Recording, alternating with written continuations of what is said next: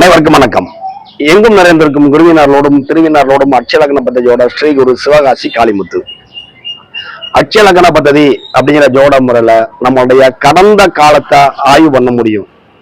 அது போல பார்த்தீங்கன்னா நம்மளுடைய எதிர்காலத்தையும் ஆய்வு பண்ண முடியும். நம்மளுடைய எதிர்காலத்துல என்னென்ன செயல் இப்படி நடக்கும் அப்படிங்கிறதுக்கான திட்டமிடுதல்கள் அப்படிங்கிறத நம்ம உணர முடியும். பிறப்பு கால லக்னம் எதுவானாலும் இருக்கட்டும், இன்றைய வயதின் லக்னம் அப்படிங்கிற நமக்கு என்னன்னு தெரிஞ்சுக்கிட்டு அதுல கோச்சாரம் நகர்வுகளை நகர்த்தி பார்த்து நாம் பலன் எடுக்கும் பொழுது பலன் துல்லிதமாக வரும். அப்படி இருக்கும் பொழுது இப்ப என்னுடைய ஜாதகத்தை உதாரணமாக D9 அப்படிங்கிற நவாம்ச புள்ளி திருத்தத்திற்கு எப்படி நம்மளுக்கு உதவுது, எப்படிதான் நம்ம ஒரு விவரங்கள் நமக்கு ஜாதகம் பார்க்கறவங்க கொடுத்தாங்க அப்படின்னா அதுல என்னென்னலாம் நம்ம கன்சிடர் பண்ணணும் அப்படிங்கிறதுக்கான ஒரு பதிவாக இது. சரிங்களா? உதாரணமாக நிறைய பேர் பார்த்தீங்கன்னா சொத்து வாங்கியிருப்பாங்க. ஒன்று தாய் தகப்பன் அவங்க பார்த்தீங்கன்னா தானமாக கொடுத்துருப்பாங்க. ஒரு சிலர் பார்த்தீங்கன்னா தன்னுடைய சொந்த பணத்தை கொடுத்து சொத்து வாங்கியிருப்பாங்க. சரிங்களா? அப்பனா நம்முடைய திருமண தேதி, குழந்தைகள் பிறந்த தேதி, சொத்துக்கள் வாங்கின தேதி இதை நம்ம போட்டு நம்ம அந்த நவாம்ச புள்ளி நம்மளுடைய ஆசிரியர் உயர்ந்து போடமுத்தையா சொல்லிக் கொடுத்த விதிகளின்படி வருகின்றனவா அப்படின்னு செக் பண்ணும் பொழுது ஒரு சில சொத்துக்கள் அந்த தன்மைக்கு அடைபடாது. எப்படி 3, 6, 9, 12 அப்படிங்கிற நவாம்ச புள்ளிகள் செல்லும் காலத்துல ஒரு சொத்து வாங்க முடியாது அப்படின்னு விதி. ஆனா சொத்துக்கள் கிடைக்கும் அப்படிங்கிற ஒரு ஆல்டர்னேட்டிவ் உண்டு. எப்படி அப்படின்னா தானமாக வாங்கும் பொழுது எங்க அப்பாவோட சொத்துங்க எனக்கு தானமா ஒண்ணு வருதுங்க, நான் 10 பைசா செலவழிக்கங்க, ஒரு பூர்வீக சொத்து எனக்கு கிடைக்குதுங்க, அண்ணன் தம்பி அக்கா தங்கச்சி விட்டு தர்றாங்க அப்படின்னா அது எனக்கு பயன்படுது அப்படின்னு வந்ததுன்னா அது இந்த நவாம்ச புள்ளிகளை தொட்டு செல்லும் அப்படின்னு ஒரு உதாரணம். சரிங்களா? இதற்கு என்னோட ஜாதகத்தை மேற்கோளாக காட்டுறேன். உதாரணமாக 18/1/1977 சரிங்களா, சிவகாசியில பிறந்திருக்கேன். இரவு 8 மணி 7 நிமிஷம் 40 செகண்டுக்கு நான் பிறந்திருக்கேன். என்னோட இன்றைய அட்சய லக்னம் அப்படின்னா தனுசு. பூரண 4 போது 9/6/2025 வரைக்கும் இந்த பூரண 4 இயங்கும். பூரண 4 இயங்கும் பொழுது இது D9 அப்படிங்கிற நவாம்ச புள்ளி சுக்கடை நட்சத்திரம். நவாம்சம் இங்கிருந்து ஆரம்பிக்கும். பூரணம் 1, பூரணம் 2, பூரணம் 3, பூரணம் 4 அச்சலகத்துக்கு 12ஆம் இடத்துல D9 12 தொட்டு செல்லுது. அப்ப இந்த காலத்துல ஒரு சொத்து வாங்க முடியாது. ஆனா நான் வாங்குறேன். என்னைக்கு வாங்குறேன் அப்படின்னா இன்னைக்கு தேதி 5ஆம் தேதி, நான் 2 நாள் கழிச்சு 7ஆம் தேதி வாங்குறேன்.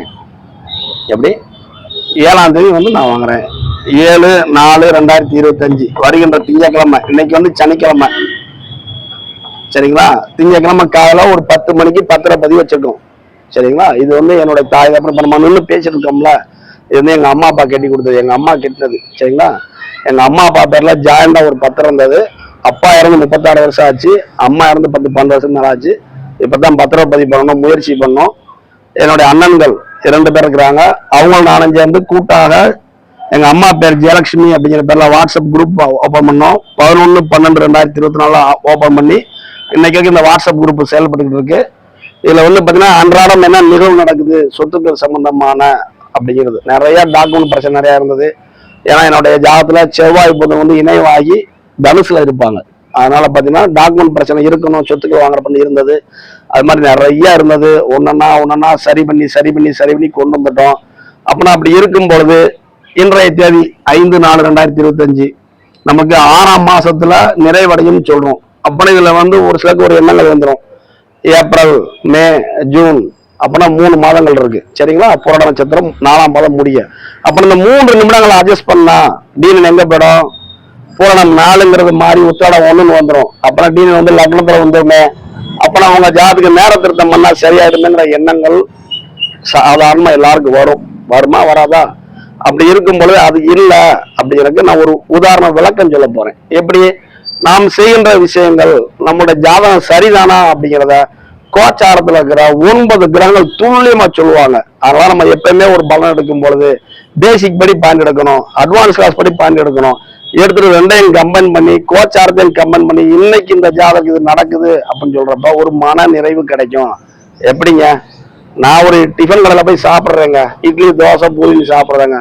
சாப்பிட்டு நான் தண்ணி குடிக்காம எனக்கு வயிறு நிறைஞ்சிருமா? தண்ணி குடிச்சாதான் மன நிறைவு. ஒரு கல்யாண வீட்டுக்கு போறேங்க, இலை போட்டு சாப்பிட்றேங்க, கடைசி முடியும் பொழுது ஒரு கப்பு பாயசம் இலையில ஊத்தி சாப்பிட்டாதான் அப்பாடா விருந்து சாப்பாடு நிறைவுன்னு இருக்கும். இந்த நிறைவு அப்படிங்கிறது நமக்கு எப்ப கிடைக்கும் அப்படின்னா, இந்த கோச்சாரங்கள் வந்து நம்ம இணைச்சு பாக்குறப்ப அது கரெக்டா நமக்கு வந்து துரிதமாக பலன் கொடுத்து மனதை வந்து நிறைவுபடுத்தும். ஜாதகருக்கு இப்ப என்ன நடக்கு அப்படின்னு சொல்லுவோம். அதன் அடிப்படையில உதாரணமாக பூரணம் 4 எனக்கு போகுது. எளிமையாக எல்லாருக்கும் புரியும்படியா சொல்றேன் பாருங்களேன். கோச்சாரத்துல 9ஆம் அதிபதி யாரு அப்படின்னா சூரியன். அவர் எங்க இருக்காருன்னா 4 அப்படிங்கிற அட்சலக்கணத்துக்கு, தனுசு அட்சலக்கணத்துக்கு 4ஆம் இடத்துல போறாரு. அவர் இன்னைக்கு எங்க போயிட்டு இருக்கிறாங்க அப்படின்னா ரேவதி 2 அப்படின்னா நட்சத்திர சாரத்துல இன்னைக்கு போய்கிட்டு இருக்காங்க. 7ஆம் தேதி காலையில திங்கட்கிழமை 10 ரெஜிஸ்ட்ரேஷன் பண்ணோம்னு சொல்லியிருக்கோம். சரிங்களா? 10 மணிக்கு தான் கவர்மெண்ட் டிபார்ட்மெண்ட் ஆரம்பிக்கும் இல்லையா? அப்ப அந்த நேரத்துல கோச்சாரத்துல போய் பாக்குறப்ப சூரிய பகவான் அப்படிங்கிறவங்க ரேவதி 3 அப்படிங்கிற அந்த நட்சத்திர சாரத்தில் டிராவல் பண்றாரு. உதாரணமாக நம்மளுக்கு வந்து பூரணம் 4 போகுது. ஒவ்வொரு பாக்ஸ்லயும் பாத்தீங்க அப்படின்னா 0ல இருந்து 3.20 3 டிகிரி 20 கலை அப்படிங்கிற முதல் பாதம் இல்லையா? நம்ம ஐயா அப்படியே சொல்லி கொடுத்துருப்பாங்க. அப்படி பார்க்கும் பொழுது நம்மளுக்கு வந்து இது அப்படியே இயங்கிக்கிட்டே வர்றப்ப பாத்தீங்கன்னா இந்த பூரணம் 4 அப்படிங்கிறதுனா எப்படி எடுத்துக்கலாம் அப்படின்னோம்னா இந்த இடத்துல போய்கிட்டு இருக்கும். அதாவது 23.20ல இருந்து 26.40 வரைக்கும் உள்ள ஒரு காலம் அப்படிங்கிறது பூரணம் 4 போகும். இதே தருணத்துல இந்த பாக்ஸ் நம்ம எடுத்துக்கிட்டோம் அப்படின்னோம்னா முதல் 0ல இருந்து 3.20 கலை வந்து புரட்டாதி 4, 3.20ல இருந்து 6.40 வந்து உத்திரட்டாதி 1, அடுத்து உத்திரட்டாதி 2, உத்திரட்டாதி 3, உத்திரட்டாதி 4, ரேவதி 1, ரேவதி 2 அப்படின்னு அந்த நட்சத்திர சாரத்துல இருந்து நம்மால சூரியன் எங்க உள்ள வர்றாங்க அப்படின்னா 23.20ல இருந்து 26.40 வரைக்கும் உள்ளதுல வந்து ரேவதி 3 அப்படிங்கிறத வருவாங்க. நான் சொல்றது திரும்ப ரீகால் பண்ணி பாருங்க. எனக்கு பூரணம் 4 போகுது. 23.20 டிகிரியில இருந்து 26.40 டிகிரி வரைக்கும் உள்ளது என்னுடைய காலம். கோச்சார சூரியன் எங்க போறாங்க? 7ஆம் தேதி. சரிங்களா? உதாரணமாக 10 மணி அப்ப நம்ம எடுத்துக்கிட்டோம் அப்படின்னோம்னா பத்திரப்பதிவு நேரம் நடக்கும். அப்படி எடுக்கும் பொழுது கோச்சார சூரியன் போற டிகிரியே இதான்.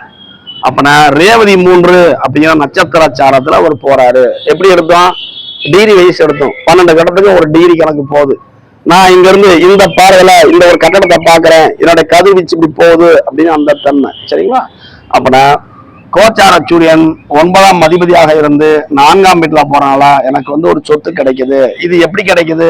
தானமாக கிடைக்குது. என்னுடைய மூத்த சகோதர சகோதரிகளும் என்னுடைய மூத்த அக்காவுடைய பிள்ளைகளும் அவங்க வந்து விட்டு கொடுக்குறாங்க.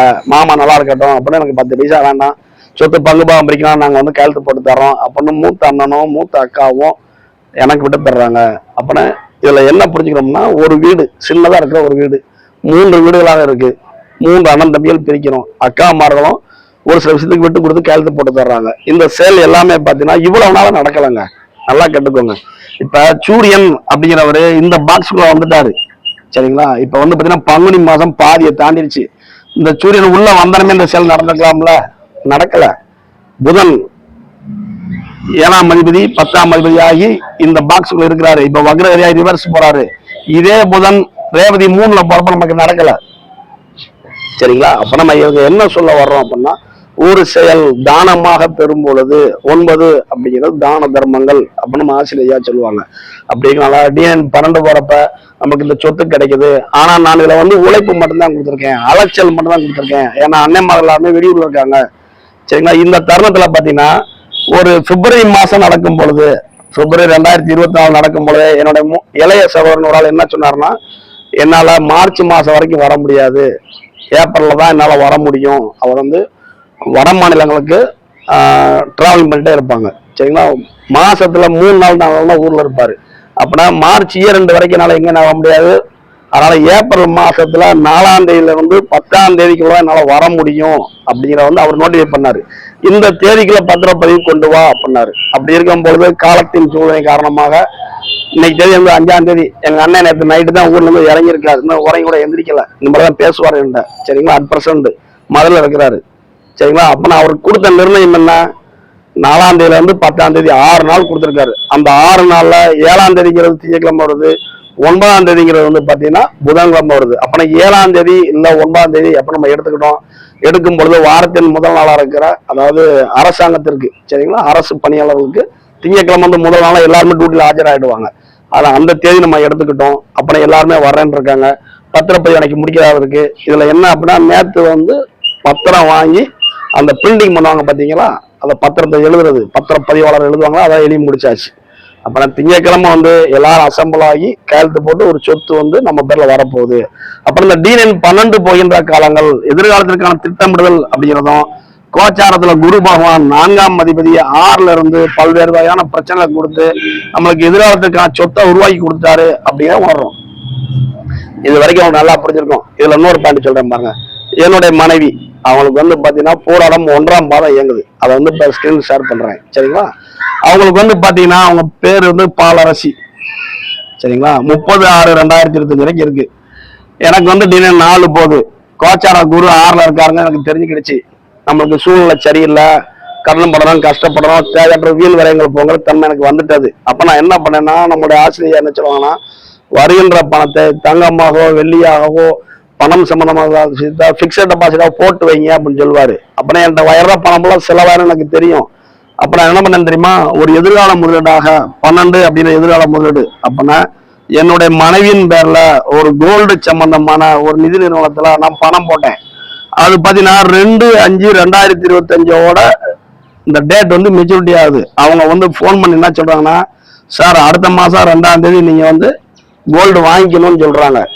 யாரு பேர்ல போட்டிருக்கோம், என் மனைவி பேர்ல சரிங்களா. மனைவிக்கு 30/6/2025 வரைக்கும் புராணம் 1 போகுது. அப்பனா இது வந்து டிஎன் எங்க போகுதுன்னா 9ல போகுது சரிங்களா. அப்பனா இந்த 9 போறப்ப அவங்களால சொத்துக்கள் வாங்க முடியுமானா முடியாது. ஏன் முடியாது, பணம் கொடுத்து வாங்குறோம். நல்லா கேட்டுக்கோங்க. அதாவது என்னுடைய ஜாதகம் இருக்கு, நான் ஒரு பணத்தை விரயம் பண்றதுக்கு குருனா தங்க பொருள் 12 எதிர்கால முதலாக நான் சேமிக்கிறேன். எதற்காக சேமிக்கிறேன், பிற்காலத்தை என் மனைவிக்கு பயன்படும் தான் நான் சேமிக்கிறேன். அப்படி இருக்கும் பொழுது மனைவியின் ஜாதகத்துல போராடம் 1ங்கிறது டிஎன் 9ல போகுது. 30/6/2025 வரைக்கும் இருக்கு. ஆனா அவங்க என்ன சொல்றாங்க, 2/5/2025 அந்த டேட் வந்து மெச்சூரிட்டி ஆகுது, நீங்க நகை வாங்கிக்கலாங்கிறாங்க. அப்ப நான் என்ன பிளான் பண்றோம்னா, இது வந்து வெள்ளிக்கிழமையா இருக்கு, நாங்க வந்து சனிக்கிழமை கேட்பட்டு ஒரு ஞாயிற்றுக்கிழமை 4/5/2025 கோல்டு வாங்குறதுக்கு ரெடியா இருக்கிறோம். உள்ளூர்ல வாங்கல, வெளியூர்ல போய் வாங்குறதுக்கு பிளான் பண்றோம். அப்படின்னா இந்த நேரத்துலதான் இந்த என் மனைவிக்கு நேர திருத்தம் இருக்குது. எப்படி ஏன் நேர திருத்தம் இருக்கு, அது வந்து பணம் சம்பாரிச்சது ஓசியில யாரும் வாங்கி கொடுக்கல சரிங்களா. அப்படி இருக்கிறதுனால நம்ம என்ன பண்றோம் அப்படின்னா, இப்ப 5ஆம் மாசம் உங்களுக்கு வாங்குறோம் அப்படின்னா 5/6 அப்படின்னா 2 நிமிடங்கள் நேரத்தை வந்து அவங்களுக்கு கூட்டணும் அப்படிங்கிறத புரிஞ்சுக்கணும். ஏன்னா இது வந்து தானமாக யாரும் கொடுக்கல. எப்படி அவங்க பேர்ல நம்ம வந்து சிறு பணம் போட்டு வந்தோம். ஏன் அப்படின்னா அவங்களுக்கு டிஎன் 9 போச்சு. 3, 6, 9, 12 அப்படிங்கிற நவாம்ச புள்ளிகள் செல்லும் பொழுது நாம் எடுத்து செய்கின்ற அனைத்தும் எதிர்காலத்திற்கான திட்டமிடுதல் அப்படி நம்ம புரிஞ்சுக்கிட்டோம்ல. அதனால அந்த தன்மை நடந்தது சரிங்களா. அப்ப நம்ம என்ன புரிஞ்சுக்கிறோம் அப்படின்னா, நவாம்ச புள்ளிகளை நம்ம வந்து நேரத்துக்கு எடுக்கும் பொழுது ஒரு சொத்து தானமாக வரும் பொழுது இந்த 3, 6, 9, 12 வரும் அப்படின்னு வந்து உணர்வதற்காக இந்த பதிவு சரிங்களா. வேற ஒண்ணும் இல்லை, என்னுடைய பெருமை பத்தி பேசுறதுக்காக இல்ல சரிங்களா.